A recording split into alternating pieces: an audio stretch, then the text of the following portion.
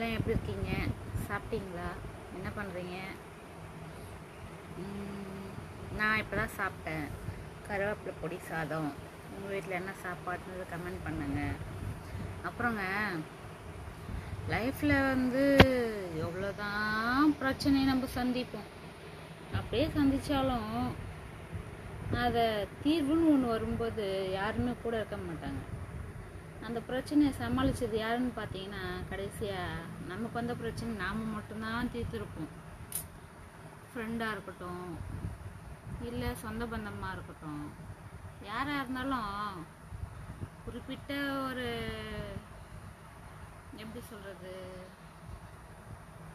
ஏதோ ஒரு சில விஷயத்தில் தான் ஹெல்ப் பண்ணுவாங்க. எல்லா விஷயத்துலும் ஹெல்ப் பண்ணுவாங்கன்னு சொல்ல முடியாது இல்லையா? நான் அவங்களுக்கும் சில பிரச்சனைகள் இருக்கும்.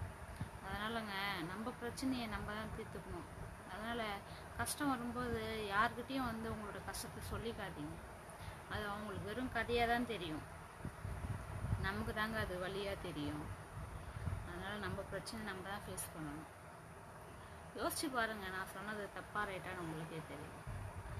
உங்கள் எதுக்கு நல்லா பேசிடுவாங்க, பின்னாடி போயிட்டு அவ்வளோ சந்தோஷப்படுவாங்க. பா, அவன் நிம்மதியாக இல்லைப்பா, அவனுக்கு இவ்வளோ பிரச்சனை இருக்குப்பா, நம்ம பரவாயில்ல, அவனோட நம்ம இவ்வளோ மேலுப்பா அப்படின்னு நினைக்கிறவங்களும் இருக்காங்க.